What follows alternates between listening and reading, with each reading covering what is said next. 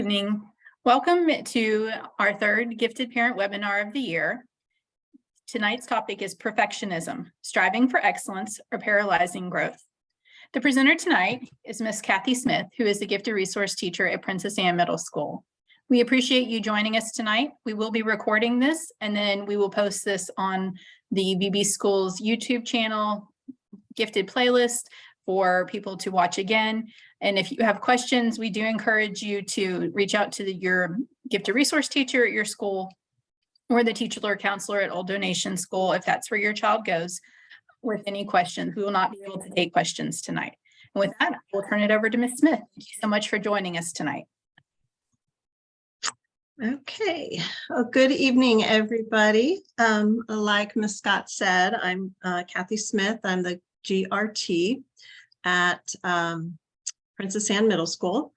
And I've always been fascinated by the gifted learner character trait of being self-critical.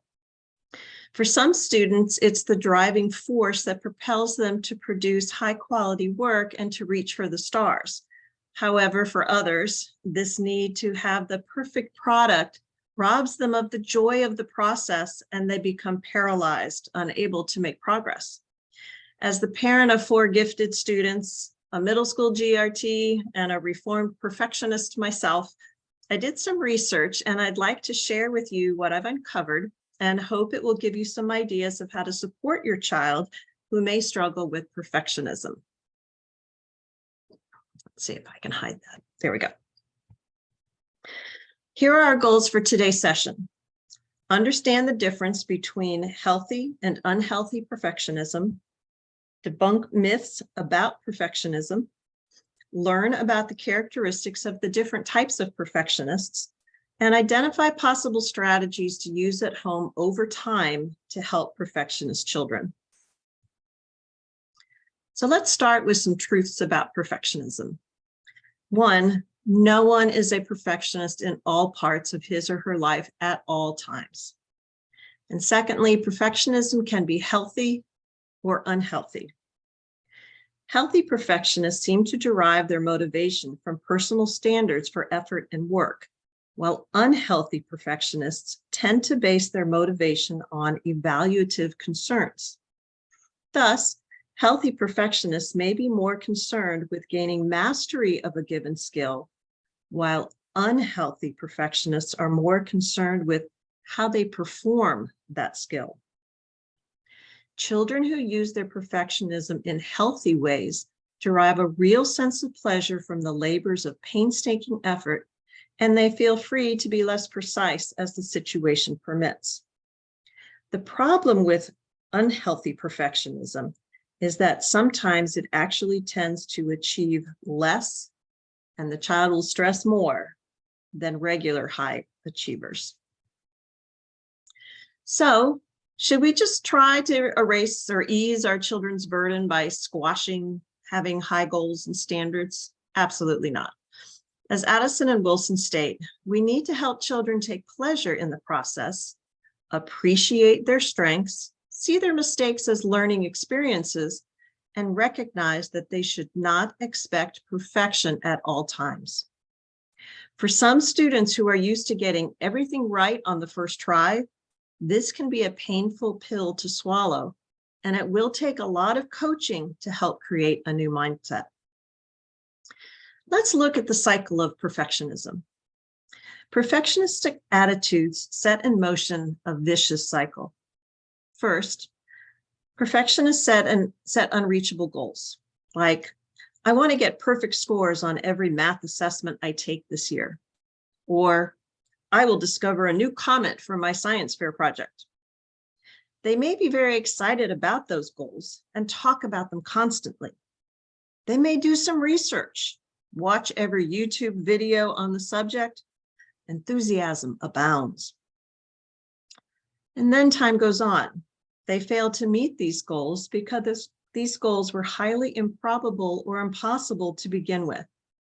Some procrastination might have set in as they begin to realize what a huge undertaking their goals are. Failure to reach them because they are unreachable is thus inevitable. Then the constant pressure to achieve perfection and the inevitable chronic failure reduces productivity and effectiveness. The stress begins to take its toll. This is where I found with my own children that the emotional meltdowns would begin. This cycle leads perfectionists to be self-critical and self-blaming, which results in lower self-esteem. It may also lead to anxiety and depression. At this point, perfectionists may give up completely on their goals and then set different goals that are just as lofty, thinking, well, this time, if I only try harder, I will succeed. And that thinking sets the entire cycle in motion again. This cycle can also be illustrated by looking at a way in which perfectionists often deal with interpersonal relationships. Perfectionists tend to anticipate or fear disapproval and rejection from those around them. Given such fear, perfectionists may react defensively to criticism, and in doing so, frustrate and alienate others. Without realizing it, perfectionists may also apply their unrealistically high standards to others, becoming critical and demanding of them. Furthermore, perfectionists may avoid letting others see their mistakes, not realizing that self-disclosure allows others to perceive them as more human and thus more likable. Because of this vicious cycle, perfectionists often have difficulty being open with people and therefore can have less than satisfactory interpersonal relationships. Researchers have been able to identify characteristics or symptoms of both healthy and unhealthy perfectionists. This is a general list of those characteristics, and be aware that each of these descriptors would be seen at different intensities with each person. So high anxiety surrounding failure is generally at the top of the list, with procrastinating to avoid difficult tasks coming right after it. Dichotomous thinking is a symptom. That's that black and white thinking where everything is all right and all wrong. Or all wrong, and there's very little shades of gray. There's low self-esteem. They concentrate on external rewards. There might be some workaholic tendencies. Underachievement can come into play. Unhealthy perfectionists tend to be highly self-critical, highly self-conscious, and very easily embarrassed. Overall, there's a greater sense of anxiety. There's a high sensitivity to outside criticism and coaching, and they can have trouble making decisions. Parents may influence their child's tendency toward perfectionism in a number of ways. Some questions to consider as you think about your child. Is the parent, especially the mother, a perfectionist? Sorry, moms, I don't want to throw you under the bus. What's the parenting style? Is there harshness in parenting and use of control, which have been linked to higher levels of perfectionism in daughters? Are we working with firstborn children with high levels of parental criticism and expectations where the focus is on mistakes rather than opportunities for learning? Is there inconsistent or non-existent approval? Is there conditional parent approval that is based on a child's performance instead of the child's effort? Is the parent nurturing for growth, meaning the learning, instead of performance goals, making the grades? So in a nutshell, the basic traits of perfectionism include fear of failure, procrastination, unrealistic expectations, a focus on results rather than process, and high levels of criticism. Dr. Jennifer Cross at the College of William & Mary identified in a seminar that I attended 3 distinct types of perfectionism. There's the other-oriented perfectionists, and these are individuals who set unrealistic expectations for other people. Socially prescribed perfectionists, these individuals believe other people, such as parents, coaches, or teachers, have unrealistic expectations of them. And the third one, self-oriented perfectionists. These individuals hold unrealistic expectations for themselves. All 3 types of perfectionism, when experienced at an extreme level, can be harmful to a child's well-being. If we break down those 3 types of perfectionism, these are the general categories of perfectionistic personalities, it's a lot of P's, as defined by Adelson and Wilson. academic achievers, aggravated accuracy assessors, risk evaders, controlling image managers, and procrastinating perfectionists. And I'll go through each of these and offer ideas about what you might do at home if you recognize some of these characteristics in your children. Tariq's family moved to Virginia Beach when he was in 6th grade. Prior to that, he was in a public school in Florida that was behind in terms of what was expected of students in Virginia Beach, and he felt like he was behind his peers in reading and math. Later in the year, Tariq was identified for gifted services and worked very hard to earn his top grades. He was particularly interested in mathematics and science, which both came easily to him. By the end of 6th grade, Tariq was reading above grade level. However, his grade in language arts was a low A. His parents worried about his reading ability and would request extra assignments for him. Moreover, Tariq was distraught about his language arts grade of an A- and believed he wasn't good at reading. He started having meltdowns about his language arts work because it wasn't to his standards. Academic achievers hold unrealistically high expectations for their performance in academic pursuits. They tend to focus on the final grade and on the mistakes made. Their identity often lies in their academic achievements, and they see a mistake as a sign of failure and flaw in their identity. They become very frustrated with themselves if they do not earn the top grade on every formal and informal assessment. Putting forth effort in their schoolwork is typically not an issue for academic achievers.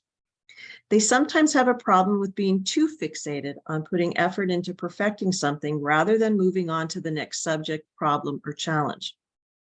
Academic achievers do not see practice or homework as an opportunity to learn and explore and improve. They also have trouble understanding the purpose of diagnostic tests and believe their inability to answer a question or to solve a problem means that they are not smart or they're a failure. When they're taught a new concept or skill, academic achievers expect to immediately be proficient and demonstrate mastery without mistakes.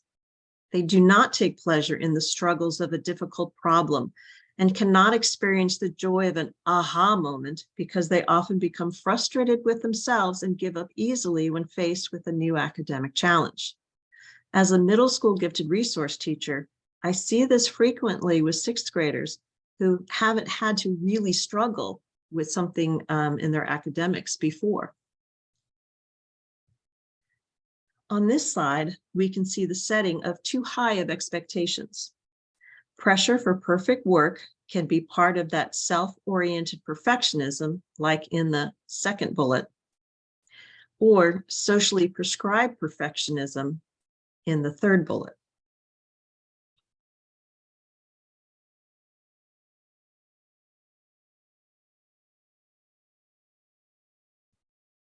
So let's look at some of the strategies for home. Move your child from relying on extrinsic rewards, such as grades or being #1 in the class or money for grades or whatever, to intrinsic rewards, such as the feeling of accomplishment from learning a new skill and performing well. Celebrate growth. What can they do now that they couldn't do before? Share your own mistakes. And of course, be sure to react to them in an appropriate way. When you watch TV or movies together, help children to see the flaws of the main characters and how they overcome them. Not everyone is perfect, and it's not the end of the world. Don't try to reason with your child in the middle of a meltdown. Commanding your child to stop crying or putting on a pouty face is useless. Their feelings are their feelings. Find an off-peak time when you can talk with your child. Be aware this is not a one and done conversation. You will need to coach your child to help change the mindset. Parents can also observe their children's interactions with other children carefully. Peer interactions can offer multiple teaching moments to apply simple situations like board games or craft projects to the idea of general improvement or completion of a task, as opposed to being the best or winning in an ultra competitive situation.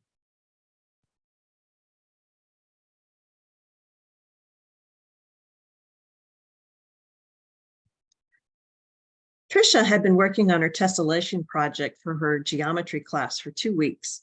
Her mom had asked her several times to see her work, but Trisha always told her it wasn't ready yet. Whenever her mom came to her room while she was working on the tessellation, Trisha would quickly hide her work. She kept telling her mom that she had to fix it, that it wasn't just right yet, and that she would show her when it was perfect. The night before the project was due, Trisha's mom asked to see the project. Trisha again said it wasn't ready and asked if she could start over.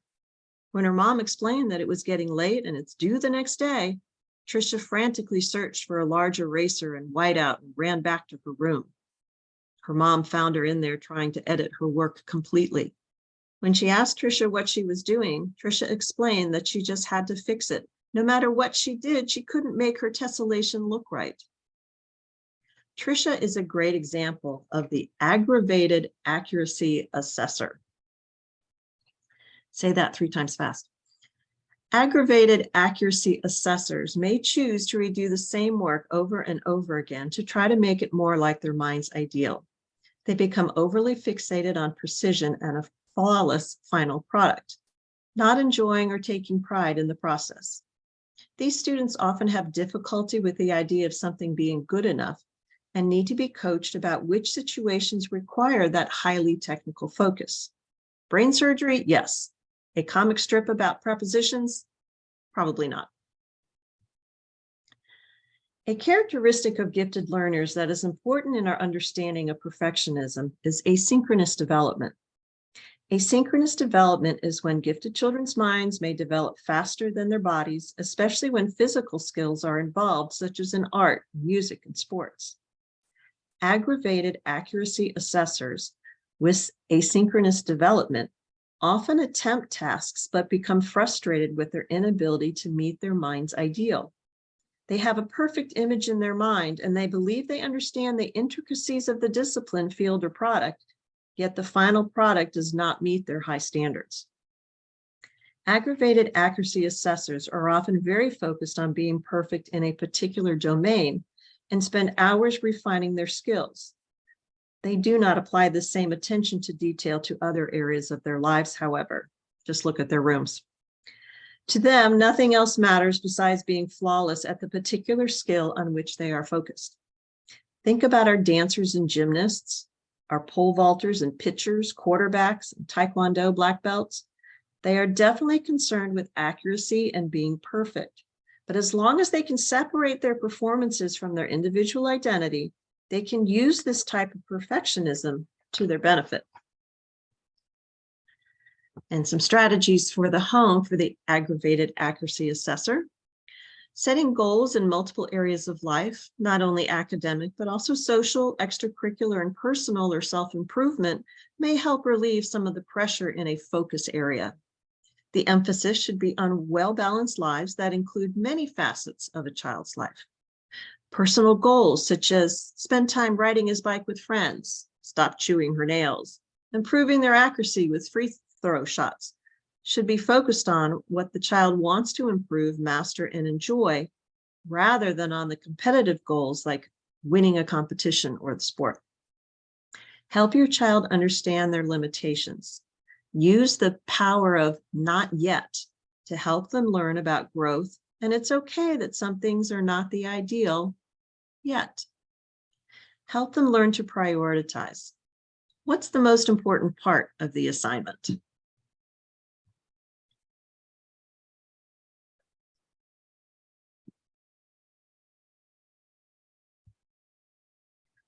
Mateo really enjoyed singing and always had fun participating in the chorus concerts and plays in elementary school. He said he was looking forward to trying out for the regional middle school select choir and really wanted to be a part of the group. His music teacher, Mrs. Lee, had commented to his parents that he had strong singing abilities for his age and should be able to earn a spot on the roster. Mateo carefully listened to the recording of the song over and over and over and began practicing the audition piece and found it to be challenging. There was one part where he had a little trouble with the rhythm and a note that never seemed to be exactly as he heard it on the recording. He would dissolve into a teary heap every rehearsal because it wasn't exactly how he thought it should sound. His teacher encouraged him to keep trying, but Mateo refused to do so. Although he had told his friends that he could get a spot in the group, his confidence had been shaken, and he did not want to risk not being selected because of 1 or 2 places in the audition piece that were not at his expectations. Risk evaders are afraid to take chances that might expose the fact that they are not perfect or the best. They don't want others, or themselves even, to see their weaknesses or to know that they are not flawless.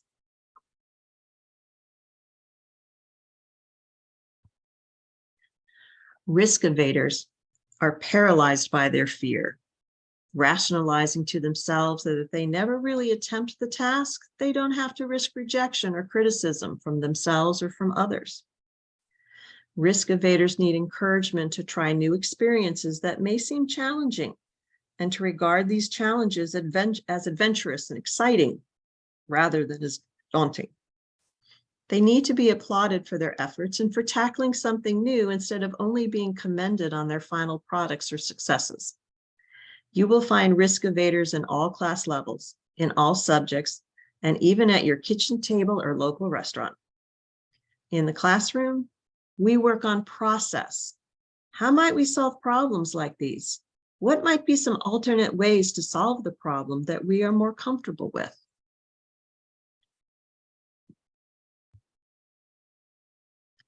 Some strategies for the risk evader include: one way to help is to engage in family activities, and these activities should be chosen carefully to include things that all members enjoy, but should not be ones that one family member is especially talented at and will dominate. Participation in these types of activities can help children realize the fun of participating in things that provide enjoyment without being Olympic level skilled at them. The key is to have fun and take humor in less than perfect performances. Encourage reflection on a school project after completion, but before the teacher assesses the product. Help your child notice his or her areas of strength in the product and areas for improvement. Like when I was a classroom teacher, my reflections often were, what do you hope your teacher will see in your assignment? What do you hope your teacher won't see in your product? If you had one more week or day or hour to work on this, what would you change and why? We always made sure they understood they didn't need to go back and change it. Applaud your children for their efforts and for trying new, challenging activities. And if they won't be perfect the first time, at least they tried.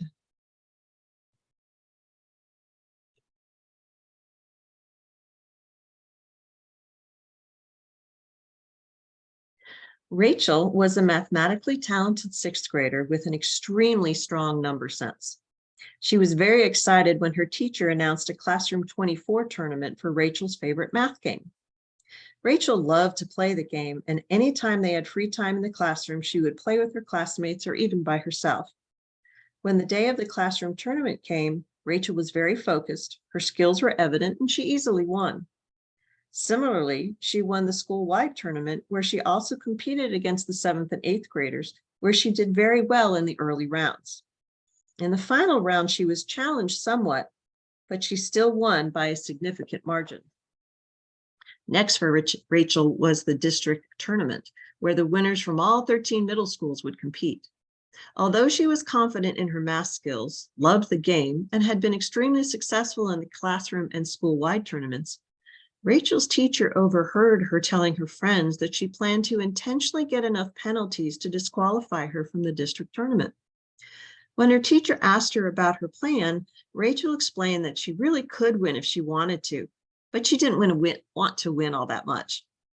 After further prompting, Rachel admitted that math was her thing, and she felt like she had to win, but she was not sure what her competition would be like.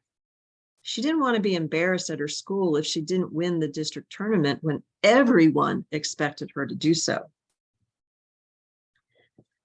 Controlling image managers expect themselves to be perfect, and they want others to see them as being perfect too. Therefore, they set up situations so that they have no perceived flaws and their image as perfect is not tarnished.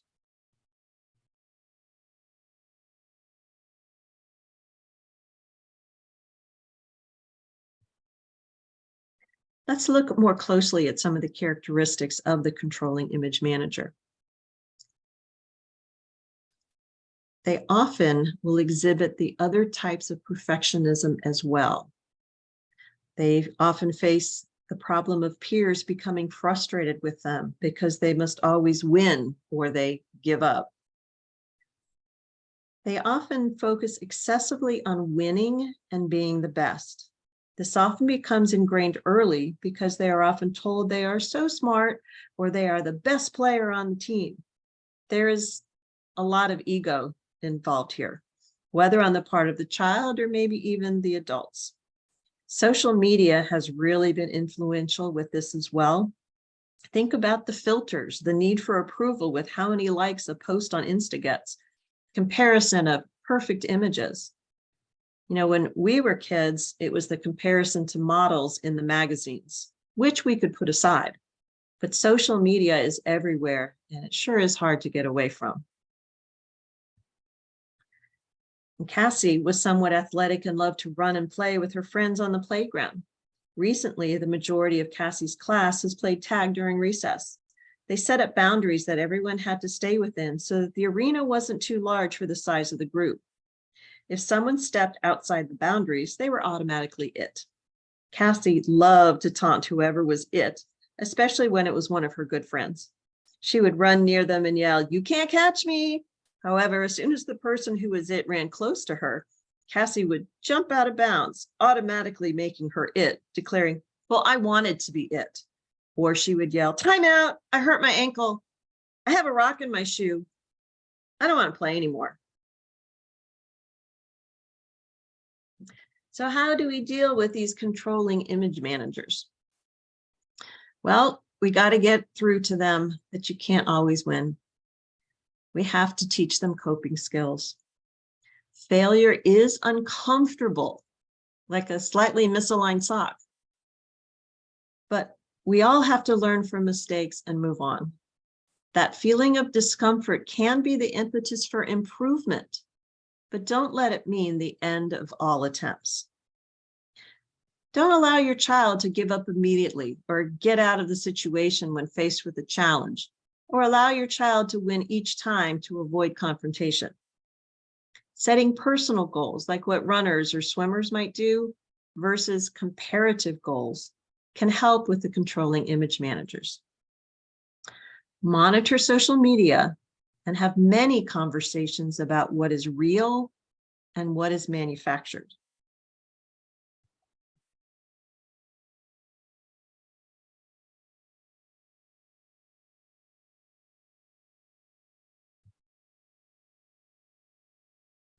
As the date for SOLs neared, Elliot's teacher announced a social studies review project.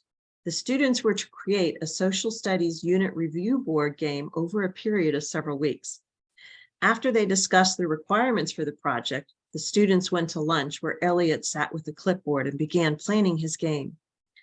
The next morning during homeroom, Elliot excitedly shared with his teacher his intricate vision. He already had a mental picture of the board and had begun to work out all the complicated rules. Whenever his teacher or classmate mentioned the project, Elliot got very excited and talked about his game. However, just days before the project was due, when Elliot's dad asked him how the project was coming, Elliot admitted that he had not yet started on the project. Moreover, besides the plan in his head and the few sketches from that first day at lunch, Elliot did not have a plan to create his game. After a lecture from his dad, Elliot promised to work on his game, but the night before it was due, he still had not started and was not sure how to do it. So let's take another look at another type of perfectionist, which is the procrastinating perfectionist. These perfectionists plan an extensive project, but fail to start it for fear of their inability to achieve their perfect vision. They think and they think and they think some more, but they just cannot make themselves put pen to paper for a variety of reasons. A lot of energy is spent avoiding doing something. Some children, particularly gifted children, will plan and plan and plan. As they continue to think about what they envision the final product will be like, they fear that it's not going to turn out how they imagined, or they are very intimidated. The anxiety of not achieving their perfect image leads to procrastination. This allows them to preserve their egos by giving them an excuse for not being perfect or achieving their standards. To demonstrate that second bullet, think about cake wrecks, those Pinterest versions in our heads of that cute bunny rabbit for an upcoming holiday cake. And then the way it'll probably come out based on our level of skill. At the root of many perfectionist issues is that same fear of failure, of not living up to their own expectations or their perceived ideas of what others envision of them. Some strategies for at home with our procrastinators. Last-minute meltdowns are common in the home of the procrastinating perfectionist. The goal at the last minute often becomes good enough for the parents, which collides with the perfectionist view of it's not good enough. The teacher won't like it. Teaching time management skills is very important because they are not innate. Talk with your child about a manageable home project, like getting the vegetable garden ready, or have your child help plan it out, including a schedule of when things should be planted. Have a family party coming up? Ask your child to be the co-host and in charge of part of the process. Teach how to plan ahead, as this helps them understand the concept of time. Encourage your child to use the planner effectively in school to break down tasks so they can see what will be needed for upcoming projects. Keep in touch with the teachers. Manage your own expectations and share stories of your own failures and explain how you coped with your failure. We know that children can make us crazy, but did you know that parents may influence their children's tendency toward perfectionism in a number of ways? Whether you expect yourself to be perfect or you expect perfection from your child, these strategies can help. 1, consider your language. Whether he has just won a ribbon in the science fair or her team lost a game on the field, avoid telling your child that their performance was a complete success or that losing was terrible. Instead, ask your child to identify what he did well, what he thinks he can do better next time, and even what did you like from the game. Give your child some grace. If you find yourself yelling at your child because he didn't make his bed correctly, or you're angry with him for getting some spelling words wrong, take a deep breath. Remember that kids are supposed to make mistakes, and each mistake is a learning opportunity. And as a mom of 4, I get it. I understand. Take the message boards and social media with a grain of salt. Comparing yourself and your child to others is a recipe for negativity. Remember, you're only seeing the highlight reel of another person's life, not the whole film. Don't compare your child to other children either, because all kids are different. Focus on what you're doing right in parenting. Okay, so you might not be the best at coming up with educational, enriching activities on a daily basis, but perhaps you rock at sewing Halloween costumes and baking cookies on the weekends. Acknowledge your strengths and practice a little self-compassion where you're not a superstar, and let your kids in on it too. Send healthy messages about failure. Let your child make mistakes and fail sometimes. Talk about failure as a learning opportunity and acknowledge that failing a test or not making the school play is hard. It's uncomfortable, but it's not the end of the world.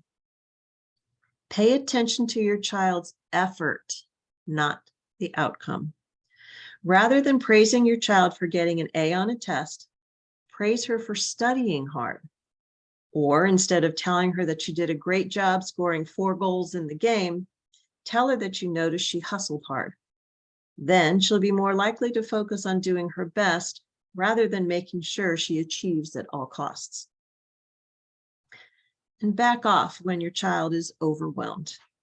It's helpful to cheer your child on when he's struggling, but insisting he keep trying after he's mentally checked out isn't a good idea. If he starts disliking activities he used to love, like baseball or piano, it may be a sign you're pushing him too hard. Challenge your child to do well, but don't push him to do more than he's capable of doing. These are a couple of resources that I have found to be very helpful. Letting Go of Perfect: Overcoming Perfectionism in Kids by Adelson and Wilson is outstanding, as is Perfectionism: What's Bad About Being Too Good by Adderholt and Goldberg, and Greenspan's What to Do When Good Enough Isn't Good Enough, The Real Deal on Perfectionism. You can also do an internet search for the website Verywell Mind, Know More, Live Brighter. And also the National Association for Gifted Children has a parent tip sheet on perfectionism. We've come to the close of this presentation. I hope the information that I've shared with you will help you work with your child to help them stay on the path to achievement and striving for excellence, rather than becoming paralyzed by unrealistic expectations. Thank you for joining me this evening. Thank you for your time. Ms. Smith, thank you so much for your session tonight. We appreciate you greatly. And parents, thank you for joining us. We will have one more parent webinar on self-advocacy in May, and we hope you join us then. Thank you and have a good evening.